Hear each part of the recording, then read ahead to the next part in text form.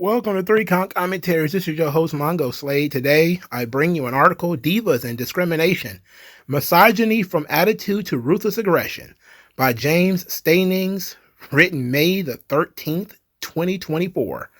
Holy hell. And it's about exactly what you think it's about. Feminism. Feminism. That's what it's about. Young man, James Steinings, young British chap. Oh man, what an amazing kid, man. He's a hell of a kid. So I'm going to skip over his first section, which talks about, how he picked up misogyny from pro wrestling. He's a very young, impressionable guy, this James. So he's going to say, the lessons I learned from wrestling were confirmed elsewhere in wider pop culture. I had seen similar narratives play out on film, TV, video games, and books. If you pursue a woman long enough, you can get her to do what you want, eventually. Even if she does not freely choose to. Men fight for their women. Women want to be fought over, and this overrides their feelings. Eventually, everything with women leads to sex. Yes, I believe so. Unless she's your sister, or your mom, or your aunt. Pretty much. This is Mongo's misogyny corner. I'm just a proud misogynist. I don't give a damn about this stuff. I really don't. But that doesn't mean that everything he says is a lie. Okay? But this that he's going to say is one of the biggest nonsensical brain traps that he's ever said. This guy, I think we've done 2 or 3 articles for this kid already. He said this: as I grew older, I learned about feminism. I didn't just listen. I actively asked questions and looked to remove cultural assumptions about women to properly hear their experiences. It's how I learned about misogyny. Oh, he had a revelation, guys. He learned about misogyny. Misogyny is more than explicitly stating or having a hatred, prejudice, or dislike of women. At its roots, it's about the separation of women and men, not only as equals, but even as human beings. It is a philosophy of othering, where women fit into 2 camps with no middle ground. Incorrect, actually. I believe that misogyny is the hatred, prejudice, or dislike of women. Where did we get to this idea that it's a philosophy of othering? Because things are different. And things that are different from you is the other. There are men and there are women. There are different things. They can't be the same thing. They don't serve the same function. So they can't be the same thing. And you have to explain why they're so different. There's no cultural reason why men are bigger than women. There's no cultural reason why penises exist. And, men shoot sperm and women have eggs. There's just no cultural reason for it. There's no cultural explanation for it. Linguistically, you can't mind bend yourself into why is this a thing among animals and humans, among any other life form. There is the inseminator and the inseminated, and they have different functions. You can't treat men like women because they're not. You can't treat women like men because they're not. So by definition, they are the other. They're a different life form. All right? They serve a different purpose in the universe. Whether you think that they're created by God or not, they, by definition, serve a different purpose. So, I don't know. I don't know what more to tell you, brother. They're already separate. You're just recognizing the separates, There are women who are tall. The WNBA players, they tend to be very tall. There are men who are short. On average, though, there are men who are much taller than women. That's just how it works. While there are some muscular women out there, on average, men are more muscular than women. There's some pretty hairy broads out there, too. On average, men are hairier than women. Except for at the top of the head, where men tend to lose their hair, So, this guy went through his feminism training and got everything squeezed out of his brain so that he can now think of men and women as essentially the same thing. They're both brown paper bags with no real difference. But he comes up with something that I find to be very interesting. It's called the Miss Elizabeth Jezebel complex. I think this is pretty good, and it speaks for itself. That there are two different kinds of women in wrestling. There's the Miss Elizabeth, which he says, some women are elevated in stature, put on pedestals, described as goddesses, holy, superior to men, and untouchable, often with a hint of being virginal and pure. And this is what they call the Miss Elizabeth, he says. Miss Elizabeth was an idealized, good, submissive woman. She was pure and rarely sexualized, and she was both the on-screen and behind-the-scenes obsession of Randy Savage. And his control over her reflects his misogyny. Randy Savage was a misogynist. It's like, yes, he was a misogynist when he was telling her where to stand, and people were supposed to think that as he was doing that because he was a heel. He'd take Elizabeth and you stand right here and tell her to shut up and all that kind of stuff. Outward misogyny.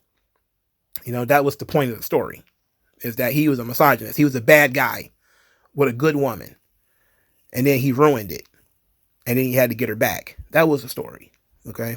It didn't change Liz much, but it changed Randy dramatically. And that's what got people emotionally invested in that story. It was typically Beauty and the Beast, thereabouts. So he says the Elizabeth complex, it says, it presents a paradox. First, women are incapable of protecting themselves or can't control themselves.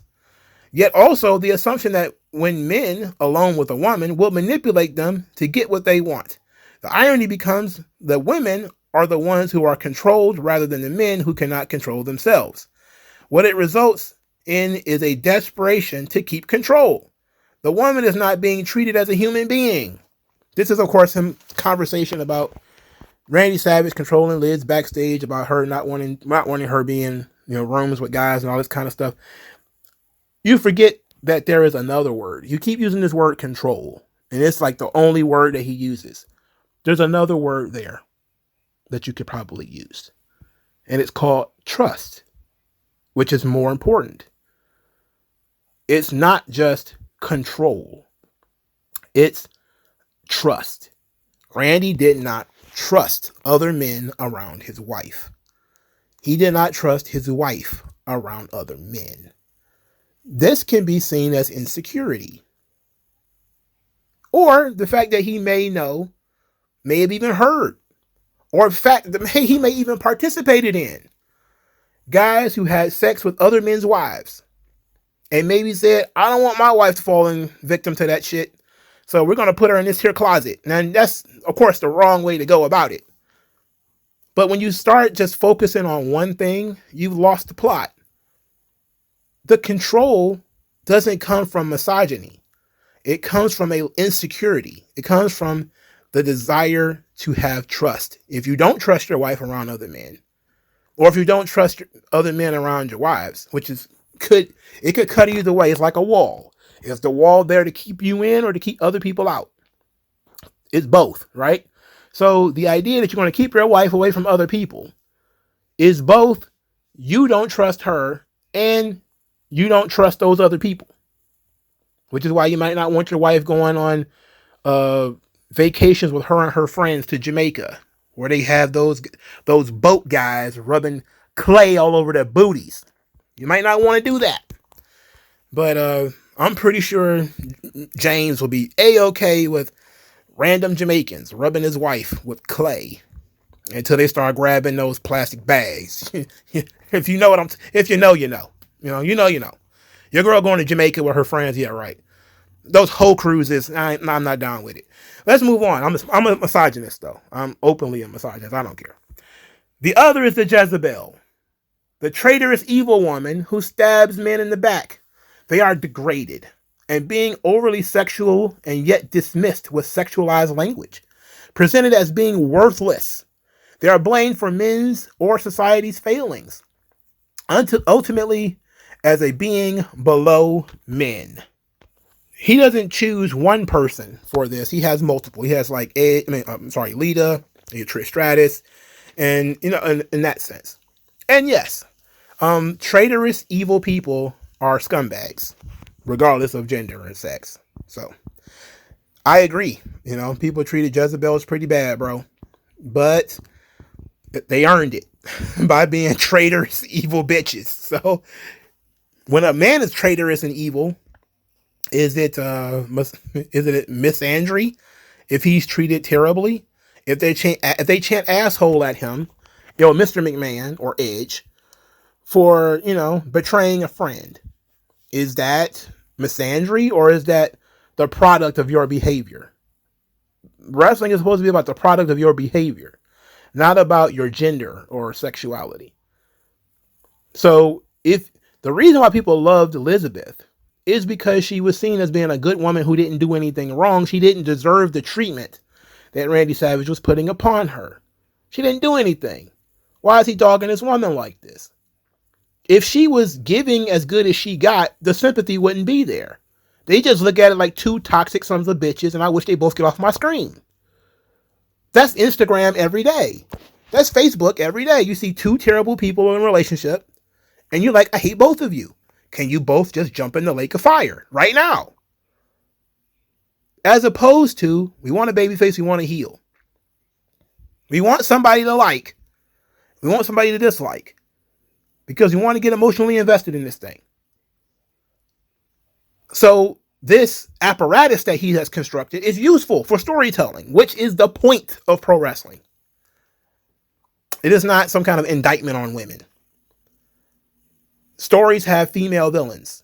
Female villains are often sexualized. There's a clip running around here, by the by, where a woman is asked, if you couldn't use sex to manipulate a man, what would you do? And she just sat there for a second and then said, next question. Because everybody knows that it works. It works. So the idea that women wouldn't use that, knowing that it works, is foolish. And to say that we shouldn't use that in stories is foolish. Everything should be fair game in stories, because stories are about the human experience, and nobody is shut off from human experiences. This includes trans people and gays and women and all these kinds of things too. Now, we can't have everything be one way, but the human experience is a myriad of different things, and we should be able to experience them all. So, of course, we got to the word diva. Vince McMahon coining the term diva for the women. He says that diva has two definitions. The literal, a female opera singer. The second is the implication of a woman being demanding, self-important, and difficult to please. Yet there is its actual meaning in Italian, goddess. This is a woman worshiping ass kid, man. So, hey, look. I grew up with the term diva, not, in wrestling, but like generally speaking, actresses, movie stars, musicians, Mariah Carey, Diana Ross, they had that diva label. It was never really a negative. It denoted that they were a woman of a certain stature, that she was successful. She held other people to certain standards. Sometimes those standards were ridiculous. But she had achieved something, and that she was a female in control. She was a diva. She did her thing, and other people had to please her. She was not in the position of being a submissive woman. She was in control. She was the boss. So that's how I always took the word diva. Or you could look at it from the Indian word deva, D-E-V-A, which is basically like a deity. Like this guy's talking about, a goddess, which is another way to take it. How we got to divas being a negative, well, that's just perception. And how people's perceptions became the only way to read things is pretty ridiculous to me. But I don't want to go into that. He starts talking about in the PG era, or in the Ruthless Aggression era, women's matches became popcorn bathroom breaks. They were just matches with just less sexualization. And he talked about in the Attitude Era that there was explicit sexualization of women, bikini contests, bra and panties matches, etc. We're going to skip through that. Of course, he talked about Trish Stratus being barking like a dog, because that never goes without being mentioned. Mentioned Stephanie McMahon being sexualized about her boob job and the camera always on her butt. Then he starts talking about the diva search. He says, in a business known for hazing and poorly treating newcomers, the diva search saw contestants asked week to week to perform in sexualized acts in pursuit of a WWE contract. The 2005 diva search started with an emphasis on male gratification. It says contestants were interviewed in their underwear. Their co-host was the world's largest love machine, Viscera, who told the contestants not to be bashful and to loosen up. I don't remember any of that, but sounds about right. Sounds like something that would happen in 2005. That's the thing about this stuff, man. It's traumatic to these guys, but to me, this stuff is nothing. I was 21. I didn't care about this shit. There was no lasting cultural damage to women standing in the ring in their underwear. How is that any different than Randy Orton standing in his ring in his underwear? Aren't you othering the women, James? Are you holding the women to a different standard than the men? Those women were wearing more clothes than the Ultimate Warrior does. By the by. If we supposed to believe that women and men are equal, then they should have took them tops off immediately. They should have been forced to take their tops off. Wait a minute. I could see Jim Hellwig's nipples. Why can't I see Tori Wilson's nipples? I'm being facetious, of course. Former Diva search contestant Rochelle Lowen referred to their treatment as, quote, entertainment sexual fodder. Lowen also stated that she felt that women backstage treated them more poorly than the men due to being part of the Diva search. And you know what? That is true. And that is probably still true to this day. As a matter of fact, it is. There's plenty of fans, this guy being one of them, who doesn't really respect the women who went through the WWE through the Diva search. But that was their own fault. It's like, what did you expect was going to happen when you applied for a job that you have no previous experience in and no athletic ability in order to achieve? If you're like an Ashley Massaro, for instance. A lot of people like Ashley Massaro. She's just the first person that came to mind. She had no athletic background to speak of. She's a beautiful woman. She wants to get into the wrestling business. What is she going to do? Exactly. What is she going to do? I mean, it is what it is. Let's back up a bit, because I skipped over something that I took notes on, and I didn't read it. And it's important to this element of the video. It says beauty over skills became a focus point that impacted WWE's recruitment of divas for years to come. The metric for success was on beauty standards rather than athletic and wrestling ability. Yes, the same as it was for men. Or did you really enjoy that 15-month William Regal world title run that didn't happen? Because nobody cares how well you can do arm drags. They only care that you're somewhat attractive, you look the part, and you can get over. That's what they care about. Wrestling is an aesthetics business. I mean, it is what it is. I know people don't like that idea. They talk about it like it's not true, but it is. Good-looking people have a privilege in the world. They're more likely to get jobs. They're more likely to get higher paying jobs. People trust them more. All this stuff is found out in studies. You know, people trust good-looking people more than they trust ugly people. And it's a traditional thing. I know beauty's in the eye of the beholder. But people who are more traditionally good-looking have a better path in life. And for women, quite often, that means they get all their success front-loaded, which means people throw money at them while they're young. You're 22, 23, in the prime of your life. People are backing up the Brinks truck just wanting to see your face, you know, and you don't know how to handle it. This is why, you know, women being loose when she's young is frowned upon. You have to know how to handle your gifts, right? So just because you're a good-looking woman, you're in the physical prime of your life, doesn't mean you have sex with everybody who thinks that you're pretty. Because eventually, that's the most honest thing in the world is you're 25, 24, or whatever. Physically, you're probably never going to be more beautiful than you are now, unless you're one of these absolute freaks of nature who are still gorgeous like 50. You know, somebody like Khalees, who's like in her mid-40s, absolutely a knockout.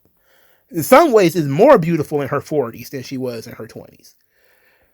Unless you're somebody like that, most average women are never going to be more beautiful at 45 than they are at 25. And so success comes to you very fast. And there's a lot of people who want to be close to you. And because beautiful people have a privilege in the world, when you are a beautiful young woman, people are throwing things at you. Money, opportunities, jobs. There are jobs that a beautiful woman can do just by standing still.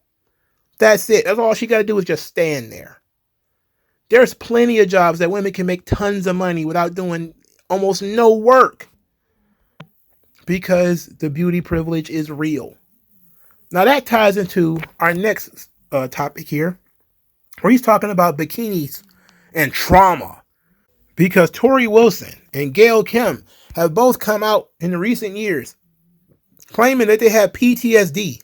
That's what Gail Kim said. Or that she was mortified, that was Tori Wilson said, about being in the ring in a bikini, which is incredibly manipulative, because both of those women were very young when they did that, and probably was only in the position that they were in because they were young, beautiful women. Now that they're in their 50s, it's a little bit different. Again, most of the time, these women can't make money off their looks in their 50s anymore. Most women can't. Tori Wilson is trying out there, man. She's trying, but it ain't quite working out the way that she wants it to, I don't think. She's on Instagram in a bikini, for God's sakes. This woman, again, she was a model before she came to WWE. At least Gail Kim can say, look, I was a trained wrestler when I got brought into WWE. At least she can say that. Tori Wilson can't say that. She was never a trained wrestler. She never became a trained wrestler. She was always eye candy. And she was always ever going to be eye candy, and she knew that. So, to me, it's very manipulative. And you have to do some critical thinking to say, this is 50-year-old Tori Wilson talking and 50-year-old Gail Kim talking. You put them in a time machine and ask them if they cared about that shit. No, they just want to cash the check. They probably, whether they would want to do it or not want to do it, who knows? It's a toss-up. But the fact of the matter is they did it, and they weren't that embarrassed because they had great bodies at the time. They probably would never do it now because they're in their 50s. So definitely they wouldn't do it now. And this kind of manipulation, these young guys, like this young James here, they're very susceptible to these old battle axes telling you, I never would have done that, but she did it. You know, I never would have done it if I'd have known better. It was wrong for them to ask me to do that. It's like, well, you're 45 now, and people don't ask you to do that stuff anymore. And people often regret doing things when they get older than they did when they were younger. Guys, oftentimes they were into the criminal thing. You know, a young man is more likely to be a criminal between the ages of 13 and 25, if I remember correctly. But when he's 45, he don't want to be kicking indoors and stealing, Cadillac converters off cars. He may get to the age where he's like, man, that was stupid. Why did I do that? That was dumb. I was out there selling weed, selling pills, going to jail. That was stupid. I didn't know that was wrong. He grew up. If you are a young woman and you like that young lady that flashed the portal in New York City, nobody told her to do that. She just went and did it. When she's in her 60s or 70s, she may say, oh, that was cringe. Why did I do that?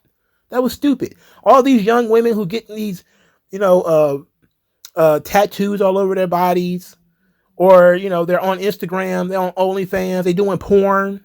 And then 10, 15 years go by, they're like, I wish I hadn't done that. Stop letting these people manipulate you. Yes, they regret doing it because they're older now and they're saying, oh, that's cringe. And a lot of people feel things that they did when they were younger is cringe. But you don't shame people for saying, hey, I participated in this thing. You just say, look, I probably wouldn't do it today. Knowing what I know now, I probably wouldn't have done it, but it was what it was at the time, which is how people typically view their life. Booker T robbed the Wendy's. He probably wouldn't do that shit today, but he did it at the time. He can look back on it and say, man, I regret doing that. That sucked. That wasn't me. That's not who I am. I grew up from that. And a lot of people get into it. This is what I mean by, women. They get a lot of success young. People pay attention to them more when they're young. So they out there on Instagram, twerking, tits out, everything. People giving them tons of likes. There's women who they are regular women who work like Home Depot. Take a picture, go viral, just because she's got really great eyes. And people are like, oh my God, she's gorgeous. And that's, she's got an OnlyFans account. And she's raking in dough. She's a multimillionaire by the time she's 30 or some shit.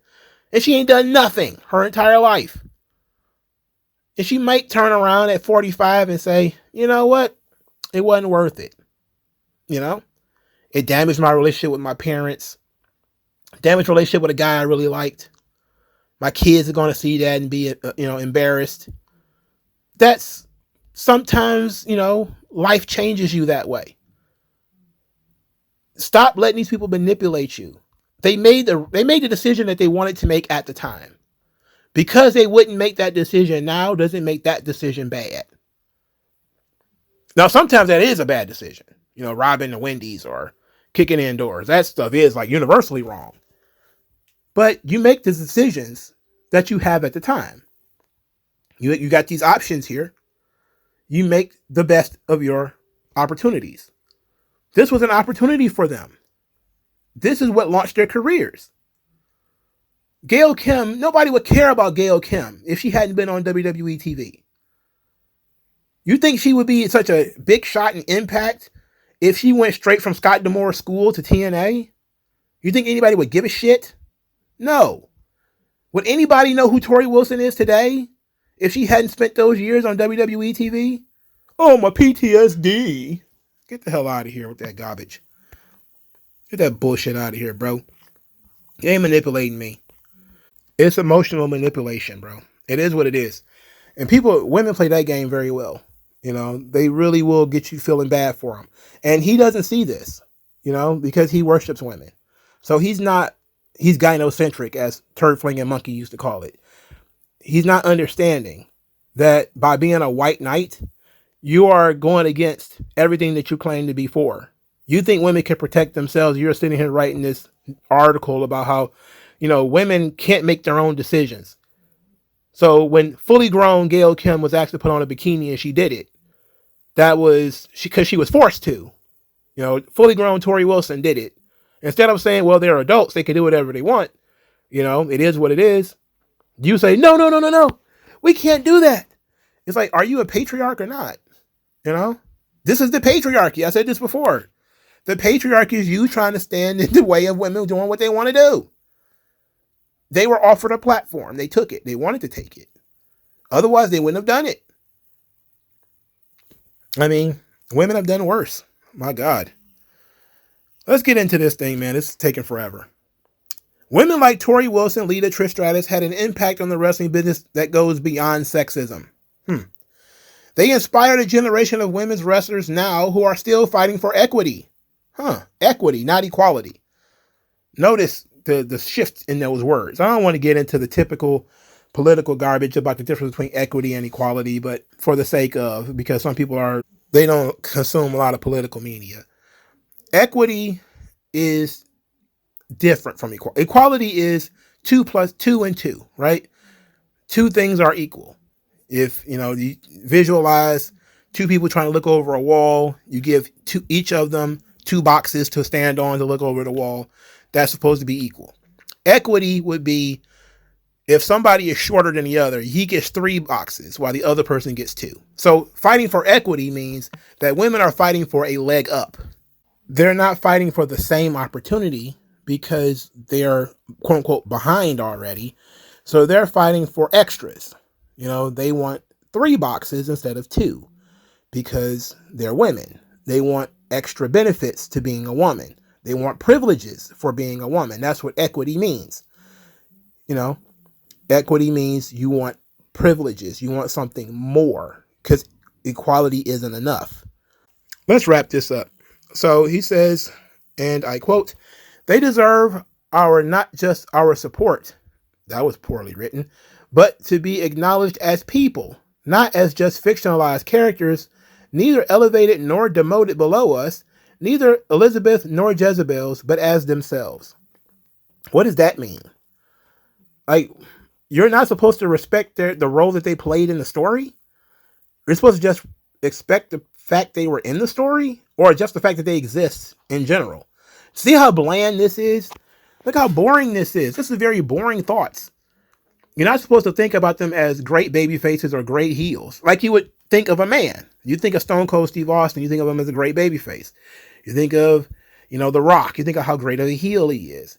You think of Rey Mysterio, how great of a baby face he is. You don't think of just Rey Mysterio, great human being. The $1 Million Man, Ted DiBiase, great human being. Ricky the Dragon Steamboat, great human being. You see how ridiculous this is?